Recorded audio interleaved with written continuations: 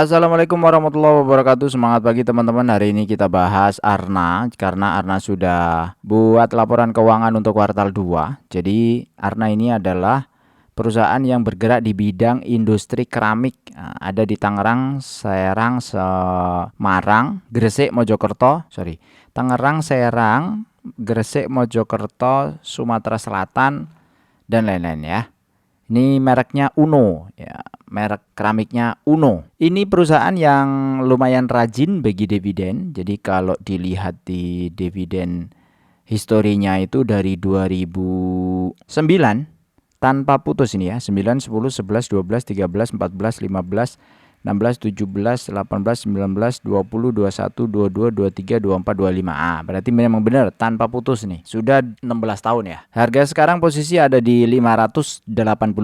Jadi setahun atau 5 tahun terakhir itu ya naik kemudian turun ya. Oke, langsung aja kita ke laporan keuangannya. Ini laporan keuangan bulan Juni 2025. Jadi sudah kuartal 2. Ini aset lancar atau kas ini turun teman-teman. Jadi kalau dilihat biasanya 391 di bulan ini bandingnya kok Desember ya, harusnya Januari sih ya. Oke, nggak apa-apa.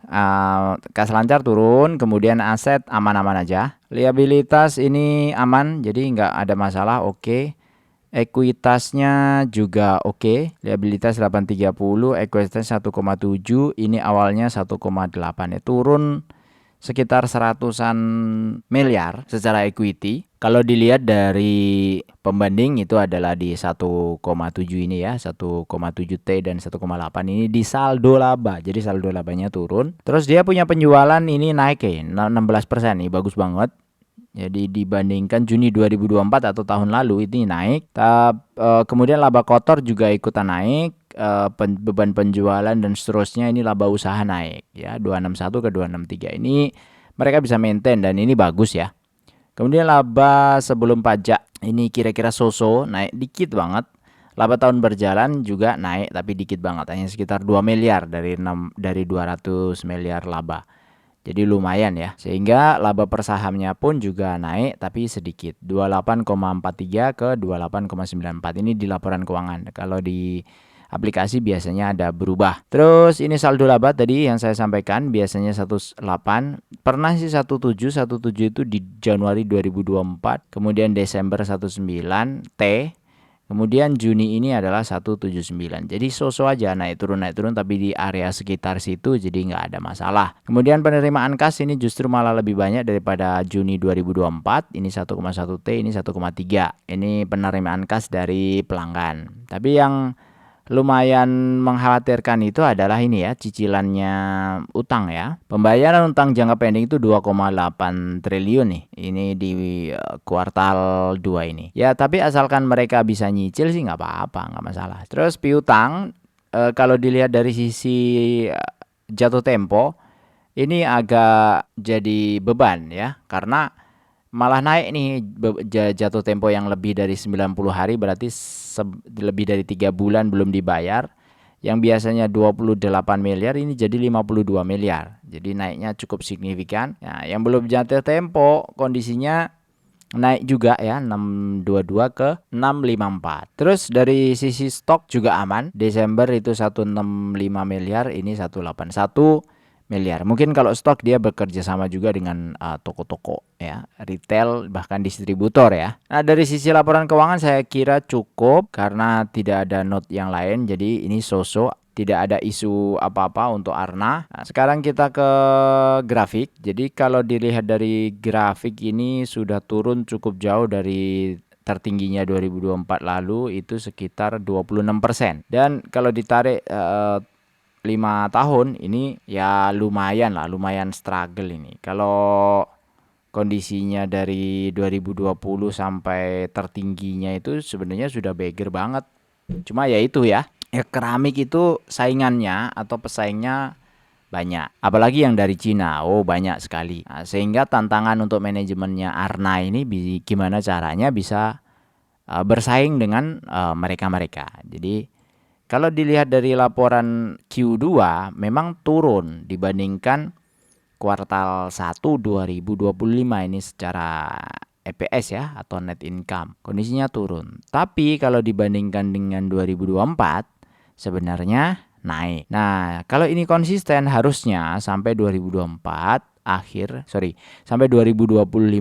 harusnya di 427 billion ini atau sekitar 58 EPS-nya. Terus dilihat dari current PE ratio, kemudian earning yield, dan lain-lain ya. Kalau di Stockbit kan kelihatan itu. Bahkan dividen itu sekitar 7% ya yieldnya. Ini lumayan bagus sih. Nah, jika dilihat di screener saya, Arna bagi dividen 2023 43, 2024 43. Jadi sama-sama 43. Itu yieldnya lumayan gede tuh, 7,4%. EPS tadi kalau lihat di 58 ya, kita anggap ini konsisten. Kemudian kuartal 3, kuartal 4 paling tidak juga mirip dengan kuartal 3, kuartal 4 tahun 2024. Maka kemungkinan 58 ini kan bisa achieve. Nah, kita anggap ini di 58. Maka yield dividennya atau pembagian dividen dengan harga sekarang itu di 41. 6,9%. Ya, ini di harga terakhir 585 tadi hari Selasa ya. Hari Rabu. Nah, dengan kondisi ini sebenarnya lumayan menarik, tapi ya itu yieldnya 6,9% itu harus kita pastikan lagi gitu ya. Kita pastikan lagi itu maksudnya kita jagain jangan sampai di bawah itu. Ya nanti lebih lambat aja perkembangan portofolionya kita. Ini kalau disimulasi selama 25 tahun nabung 2 jutaan per bulan selama periode 5 tahunan berarti 25 tahun itu adalah di sini ya 4,17 dengan asumsi kebutuhan atau target dividen per bulan itu 10 juta. Maka kalau kita hitung-hitung sampai periode 5, kalau hanya yield sekitar 6,9% ini baru dapat 12 jutaan per bulan. Di mana dividennya diharapkan tuh 10 juta hari ini tuh setara dengan 18.500.